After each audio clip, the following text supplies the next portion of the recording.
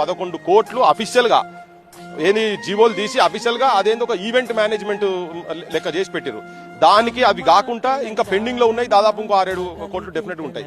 ఇప్పుడు 550 మందికి సాంస్కృతిక సారథిలో కళాకారులకు ఉద్యోగాలు ఇచ్చారు. అంటే ఇప్పుడు దాదాపు 50-60 మంది దాకా ఒక 30-40 మంది చనిపోయినారు. కొంతమంది నౌకరు వదిలేసిన వాళ్ళు ఉన్నారు.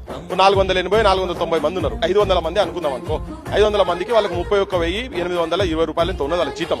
ఇవన్నీ కలిపితే 1,50,00,000 రూపాయలు నెలకైతాయి. ఒక సంవత్సరానికి ఇప్పుడు వీళ్ళు కలెక్ట్ చేసినాయి వాళ్ళ జీతాలు మొత్తం అయితే తెలుసా. అట్లా ఒక్క ఫంక్షన్ చేసిన దానికి ఇంకొక 500 మంది నువ్వు రిక్రూట్ చేసుకుని నీ తెలంగాణ ఉద్యమం తెలంగాణ గురించి తిరిగిన వాళ్ళు కింద ఉన్నారు కదా ఇంకా చాలా మంది, వాళ్ళకి నువ్వు రిక్రూట్మెంట్ ఇవ్వచ్చు కదా. ఒక్క మీటింగ్ పైసలతో ఒకటే మీటింగ్ పైసలతో ఎవరికి ఇస్తున్నావు పైసలు?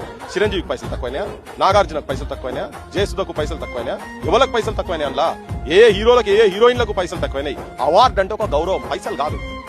ఒక అవార్డు ఇస్తున్నావు అంటే అది రాష్ట్ర ప్రభుత్వం వీళ్ళని గౌరవిస్తున్నదంటే అది ఒకటే 1 కోటి రూపాయల కన్నా పైన విలువ. అది దానికి నువ్వు పారితోషకాలు ఇచ్చుడు ఎక్కడిది? ఏం తెలంగాణ కనిపించింది అందులో?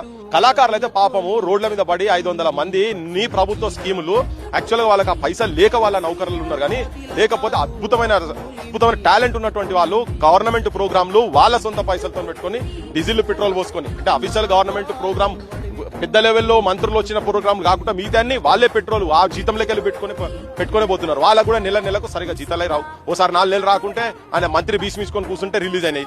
వాళ్ళ పరిస్థితి అట్లున్నది. ఓ దిక్కేమని అడక తింటున్నా అంటాడు, సినిమాలకు మాత్రం ఈ రంగుల ప్రపంచానికి మాత్రం అద్భుతంగా పెడతాడు.